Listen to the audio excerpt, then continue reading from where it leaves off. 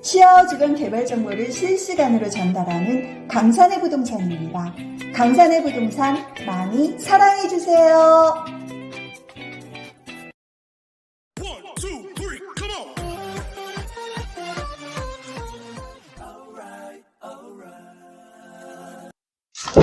자, 안녕하세요. 강산의 부동산 대표 이태훈입니다.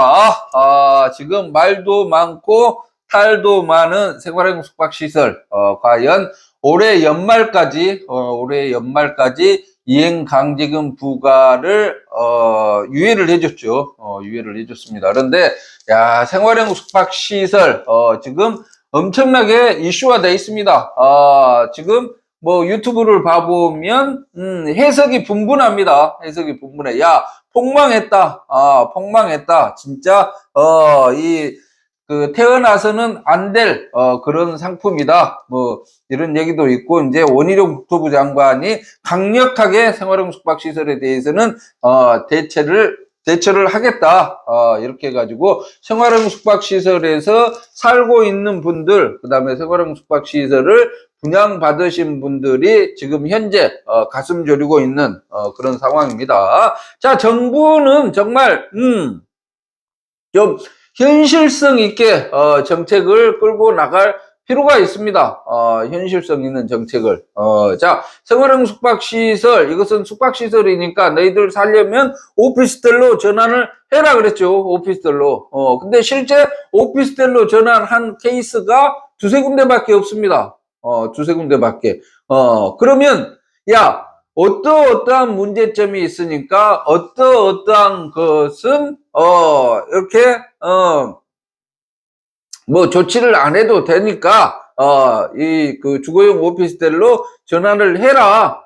이렇게 해야 되는데, 무조건, 생활형 숙박시설 주거용 오피스텔로 전환을 해라. 그렇지 않으면 이행강제금을 매년 공시가의 10%씩 부과를 하겠다. 이렇게 얘기를 했는데, 실제, 현실적으로, 오피스텔 전환을 하려다 보니까 문제가 많죠. 가장 문제가 많은 게, 주차죠, 주차. 주차는 어떻게 할 수가 없잖아요. 건물 다 지어놔 버렸는데, 주차를 어떻게 합니까? 이번에, 주거용 오피스텔로 허가를 받은 어떤 곳 같은 경우는, 뭐, 주차장 부지를 사가지고, 한 7천만 원씩, 이렇게 각 호실에, 각 세대별로 7천만 원씩 내가지고, 주차장 부지를, 구입을 했다라고 합니다. 구입을 해가지고 주차 대수를 맞췄다라고 하는데, 도심지 내에서, 주차를 추가한다라는 게 쉽지가 않죠. 추가한다는 게 쉽지가 않습니다. 자, 그리고 이제 복도, 생활형 숙박시설 같은 경우는 복도 폭이 좁아도 되죠. 좁아도 되는데, 뭐, 주거용 오피스텔 같은 경우는 복도 폭이, 늘어나야 된다. 그래서 복도폭, 그 다음에 뭐 소방시설, 그 외 뭐 여러 가지가 문제가 됩니다. 그리고 특히 중요한 게 이제 100% 동의를 받아라. 100% 동의를 받아라. 이렇게 하고 있는데, 이거 반달섬 라구인 테라스 1차 같은 경우도 지금, 주거용 오피스텔로 전환을 하려고 많이들 노력을 하고 있습니다. 많이들 노력을 하고 있는데, 실제, 현실적으로 지금 동의서를 받고 인감증명서를 첨부를 해서 보내라. 이렇게 하니까 지금 한 60% 정도밖에, 이렇게, 서류를 보내지 않았다라고 합니다. 그리고 안산시에서는, 주차 대수가 약 한 700여 대가 부족하다. 그래가지고, 불어로 이렇게 결정을 내렸다라고 합니다. 그런데, 자, 생활형 숙박시설 문제되는 게 가장 큰 문제가 지금, 금융권에서 대출을 안 하려고 그러죠. 정부에서, 내놓은 자식처럼, 야, 생활형 숙박시설은 기형이 돼버렸어. 이행강제금 부과하겠어. 이렇게 하다 보니까, 나중에 어떻습니까? 상품이, 회전이 안 되겠죠. 회전이 안 되겠죠. 뭐, 찾는 사람이 있어야지 팔고 사고가 계속 이루어지면서, 이 부동산 가격이 오를 수가 있는데, 찾는 이가 없다. 찾는 이가 없다. 그러면, 이 상품의 가격이 떨어질 수밖에 없죠. 그렇기 때문에 금융권에서 대출을 기피를 할 수밖에 없습니다. 그래서 대출을 해준다 그래도 뭐 한 40에서 50% 정도 그러면 자기 자금 50에서 60% 이상 자기 자금을 가지고 있어야 되는데 현실적으로 최소한 6억에서 10억 정도 가는 생활형 숙박시설을 구입하기 위해서 자기 자금을 그렇게 가지고 있는 사람이 얼마나 될 것이냐, 이게 가장 큰 문제고요. 일단은 구입하는데 잔금을 치는 데부터 문제가 됩니다. 그 다음에 전입신고를 못하게 하겠다라는 거죠. 전입신고를 못하게 하면 일단 애들 학교 배정을 받을 수가 없죠. 배정을 받을 수가 없습니다. 그래서 전입신고가 안 되는 또 그런 문제가 있습니다. 자, 그래서 이제, 생활형 숙박시설이 지금 현재 약 30만 호 정도 된다라고 합니다. 30만 호. 자, 그 중에서도 뭐 원룸형 같은 경우가 이제 좀, 빠진다라고 보면 주거로 쓰고 있는 호실들 같은 경우가 약 10만 호 이상이 되겠죠. 10만 호 이상이 되는데, 갑작스럽게 이 사람들이 길거리에 나앉게 생겼죠. 이행강제금을 10억이다 그러면 매년 1억씩 내고 살 수가 없는 거죠. 매년 1억씩 내고 살 수가 없습니다. 그리고 현재 건축 중인 생활형 숙박시설 같은 경우도 준공 후에 만일에 대출이 많이 나오지 않는다라고 하면 누가 그 소유권을 이전을 하겠습니까?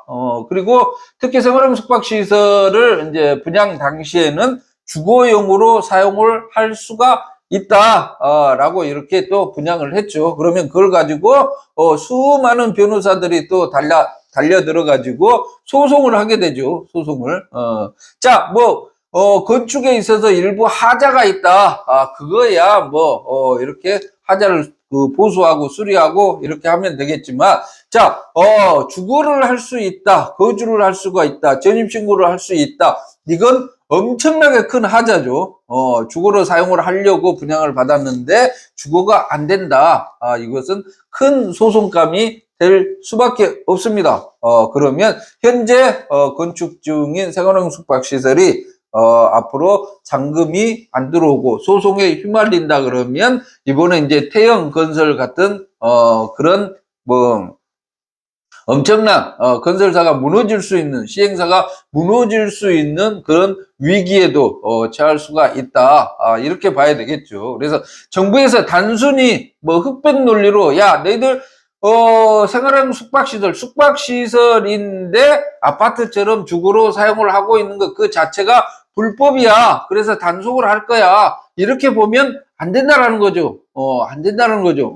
정부의 국가의 존재 이유가 뭡니까? 국가의 존재 이유가 전쟁이 나고 피난길이 오르고 그랬어도 국가 하나 믿고 끝까지 버팅기면서 6.25를 이겨내면서 현재 지금 대한민국이 탄생을 했지 않습니까?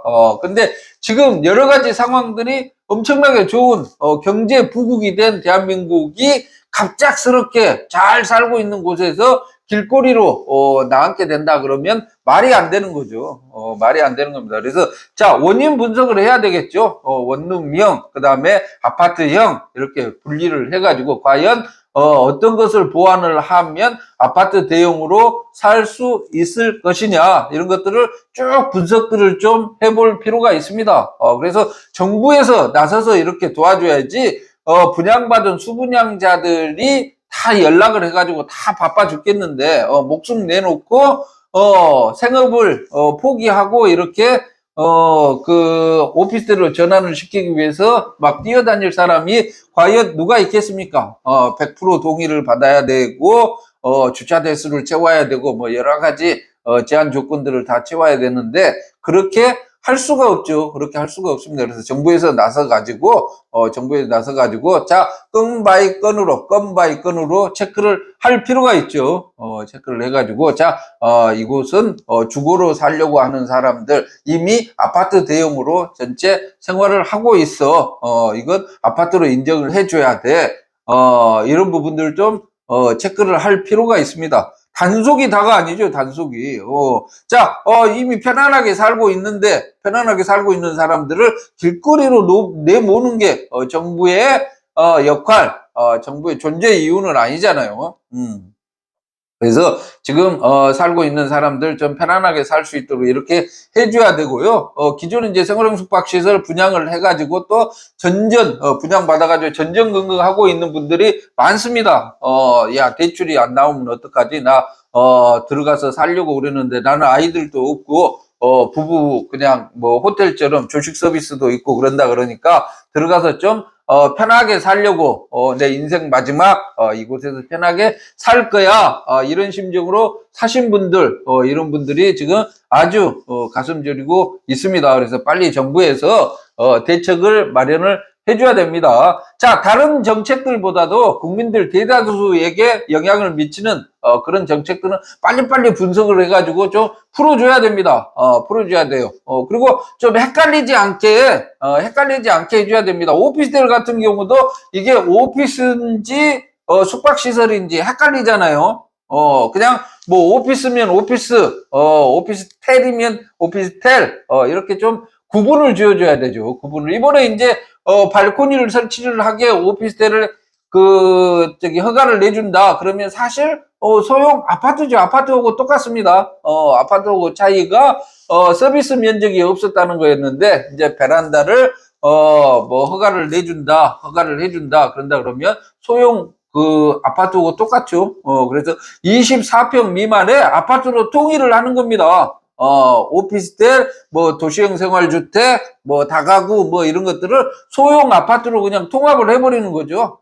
그리고 생활형 숙박시설 같이, 헷갈리는 상품들은 이제, 없애버리는 거죠. 허가 자체를. 예전에 외국인들이 와가지고 체류형으로, 이렇게 쓰기 위해서 탄생한 게 생활형 숙박시설이었는데, 야, 이것을, 무조건 숙박시설로만 사용을 하게 한다. 그렇게 하면 허가 단계부터 구조 자체도 아파트 형태로 아예 나오지 않도록 이렇게 해버리는 거죠. 지금 뭐 국민들이 이제 생활형 숙박시설 단속을 한 해 만에 이렇게 다 얘기는 들었어요. 얘기는 들었는데도 실제 지금 살고 있는 사람들이 많잖아요. 살고 있는 사람들이 많습니다. 그리고 내심 또 기대를 하고 있죠. 약 한 30만 호실을 분양을 했는데 과연 정부에서 강제로 이렇게 규제를 할 수 있겠느냐, 이런 것도 또 내심 기대를 하고 있고 그러는데, 빨리빨리 정리를 해줄 필요가 있습니다. 주거뿐만 아니라, 지금 현재, 우리 대한민국 진짜 전체적인 위기입니다. 신경 써야 될 게 너무나 많습니다. 기업체들도 매일같이 정리 해고니, 해고들도 많이 하고 있고요. 앞으로도 이제 AI 기술이 발전하면서, 많은 사람들이 일자리를 잃게 될 것으로 이렇게 보이고 있어요. 대형 마트 같은 경우도 지금, 쿠팡이라든지, 이렇게 이제 플랫폼 업체에서, 가만히 앉아서 집에서 핸드폰으로 주문만 하면 그 다음날 아침에 도착을 하죠. 그래서 마트를 안 갑니다. 마트를. 그래서 사람 쓰는 업종들이 지금 사라져 가고 있습니다. 사람 쓰는 업종들이 사라져 가고 있죠. 실제 또 가게나 이런 것들을 운영을 하려고 하면 최저임금을 워낙 많이 올려놨기 때문에 사람을 또 쓸 수도 없습니다. 그래서 그런 문제도 좀 빨리빨리 좀 해결을 해줘야 되고, 가장 국민들한테 절실하게 피부로 와닿는 주거 문제, 그 다음에 취업 문제, 일자리 문제, 이런 것들은 빨리빨리 조치를 해줘야 됩니다. 다른, 무엇보다도 자기들 정권을 탈환을 하겠다. 내년, 올해죠. 올해 총선에서 의석수를 많이 늘리겠다. 이런 것보다도요, 국민들은 주거 안정, 일자리 안정, 의식주가 확실하게 안정화되는 거, 그걸 원하는 거지, 다른 걸 원하는 게 아닙니다. 다른 게 원하는 게 아니에요. 자, 아무튼, 반달성 같은 경우도 라구인 테라스 1차, 2차, 1차는 분양이 다 끝났고, 2차 현재 분양 중이죠. 그리고 1차에는, 그 반달섬 주변에 학교가 없기 때문에 국제 학교를 유치를 하려고 공간을 비워뒀죠. 약 한 4,000평 정도를. 그래서 세인트폴 국내의 네 번째 이제 라구인 테라스에서 이제 학교가 들어선다 그러면 네 번째라고 합니다. 거의 수업을 전 수업을 영어로 하는 거죠. 영어로 하고, 우리나라와 다른, 여러 가지 프로그램들을, 운영을 해서, 정말 뛰어난 인재를 육성을 하겠다. 이런 취지로 지금 세인트폴 국제학교를 2025년 초 유치를 하겠다라고 하고 있습니다. 자, 그런데 이제 라구인 테라스 1차 주거용으로 쓸 수 없게 한다. 그러면 이게 의미가 없죠. 이게 의미가 없습니다. 그래서 제발 좀 빨리빨리 정리를 해줬으면 좋겠어요. 자, 주거용 오피스텔로 전환해라. 뭐 1% 정도 주거용 오피스텔로 전환이 됐습니다. 그게 무슨 정책입니까? 정책이 아니죠. 70%, 80% 정도 전환을 한 다음에 야, 이쯤이면 되겠어. 이 정도면 뭐 충분히 전환이 됐는데 이렇게 하도록 만들어야지. 이게 뭡니까? 이거 국민들 데리고 이렇게 장난하는 것도 아니고. 자, 아무튼 이번에 이제 가장 시급하게 정리를 내려줘야 될 상품이 바로 오피스텔과 생활형 숙박시설입니다. 오피스텔,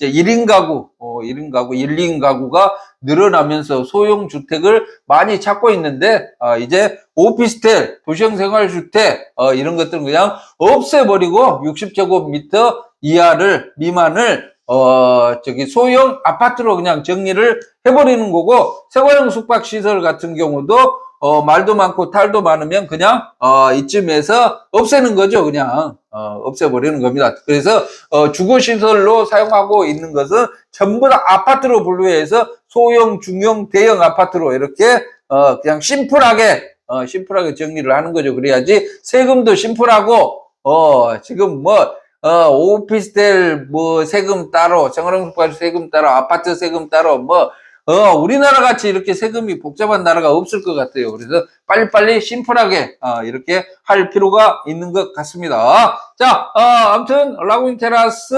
1차의 세인트폴 국제학교가 개교를 할 예정이다. 이렇게 보시면 되겠습니다. 자, 이상 강산우 부동산 대표 이태은이었습니다. 안녕히 계십시오.